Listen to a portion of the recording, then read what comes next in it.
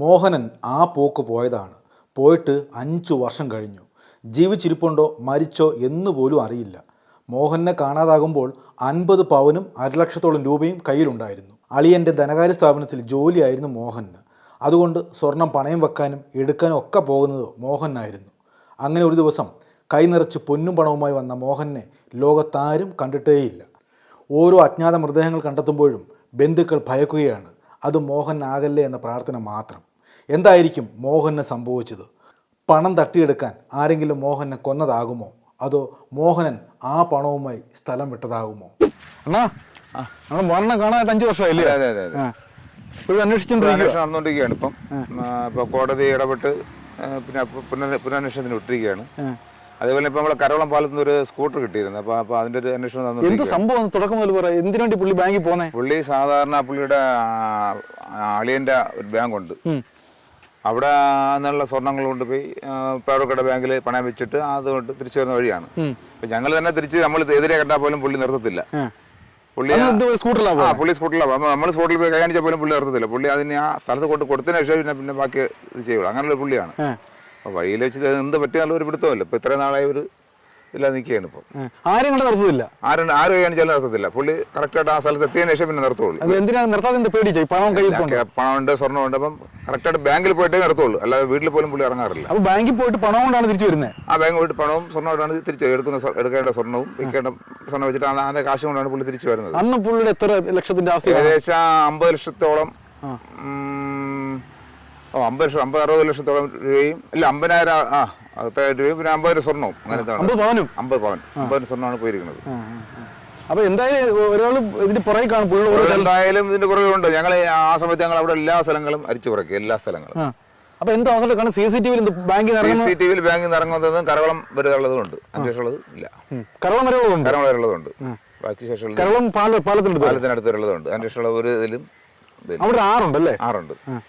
ഇപ്പൊ 6ന്റെ അവിടെ നിന്നാണ് ആ ഒരു സ്കൂട്ടർ കിട്ടിയത്. പക്ഷേ അത് പുള്ളിയുടെ സ്കൂട്ടർ അല്ല. അങ്ങനെ സ്കൂട്ടർ എങ്ങനെ കണ്ടെത്തിയത്? സ്കൂട്ടർ അവിടെ കുളിക്കാൻ പോകുന്ന ആൾക്കാരും കണ്ട് മണ്ണി പോച്ചു വെച്ചിരിക്കുന്നു. അങ്ങനെ കണ്ട് വന്നാണ്, നോക്കിയതാണ്. പുള്ളിക്കാരൻ്റെ അല്ല. പുള്ളിക്കാരൻ ആക്റ്റീവ് ആയിരുന്നു. ഇതൊരു DO സ്കൂട്ടറാണ്. നിങ്ങൾ കണ്ട് ഉറപ്പ് വരുത്തിയത്? അതെ. ശരിക്കും പറഞ്ഞ ഇത് ആസൂത്രിതമായിട്ട് സംഭവം എന്തായാലും ചെയ്തതാണ്. പുള്ളി സ്ഥിരമായിട്ട് ഞാൻ ബാങ്കിൽ പോയി വരുന്ന കണ്ടിട്ട് ആരോ ചെയ്ത പരിപാടിയാണിത്. എന്തായാലും ഉള്ളിന്റെ ഉള്ളിൽ ഒരു സംശയം കൊലപാതകം തന്നെയാണ്. ഞങ്ങൾ ഇപ്പൊ ഇത്ര നാൾ കാണാത്ത പുള്ളിക്ക് ഷുഗറിന്റെ അസുഖമുള്ളതാണ്. അപ്പം എന്തായാലും ടാബ്ലറ്റും കഴിക്കാതിരിക്കാൻ പറ്റത്തില്ല. അപ്പൊ എന്തായാലും ഇത് ആസൂത്രിതമായ ഒരു സംഭവം എന്നാണ് ഞങ്ങൾ വിശ്വസിക്കുന്നത്. പുള്ളി ഭൂമിയിൽ തന്നെ തുടച്ചു എന്നാണ് ഞങ്ങളുടെ വിശ്വാസം. ഇത്രയും നാൾ നമുക്കൊരു അറിവില്ല.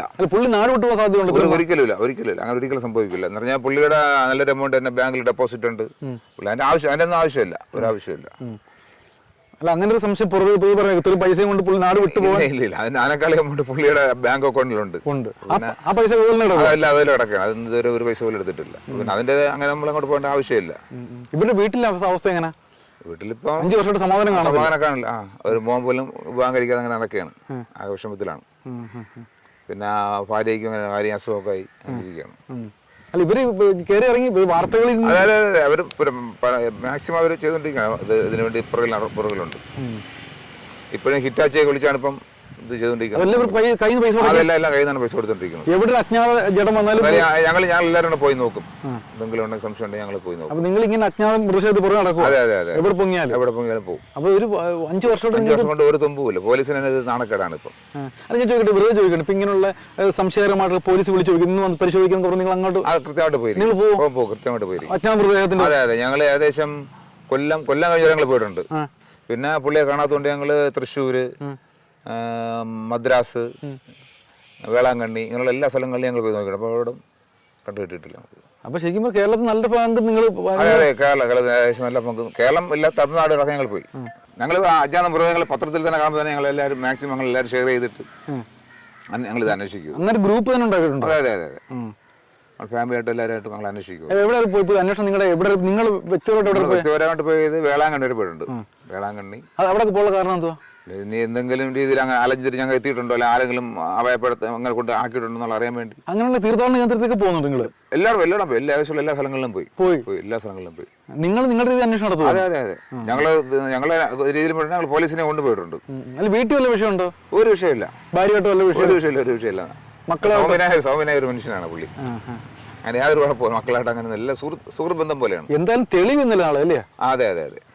ഇപ്പൊ ഒരു അടുത്തൊരു അന്വേഷണം, പോലീസ് അന്വേഷണത്തിൽ സന്തോഷമാണോ? സന്തോഷമാണ്. പക്ഷേ ഇതുവരെ കണ്ടുപിടിക്കാൻ പറ്റില്ല. ഇത്ര 5 വർഷമായി. ഭൂമിയിൽ ജീവനോടെ പുള്ളി കാണുമെന്ന് വിചാരിക്കുന്നുണ്ടോ? നമുക്ക് ഇങ്ങനെ ഇത്രയും സമയം എന്തായാലും ഒരു ഇതില്ല. ആ രീതിയിലാണ് പോകുന്നത്. നമ്മൾ വിശ്വാസം ഉണ്ടാവട്ടെ എന്നാണ്.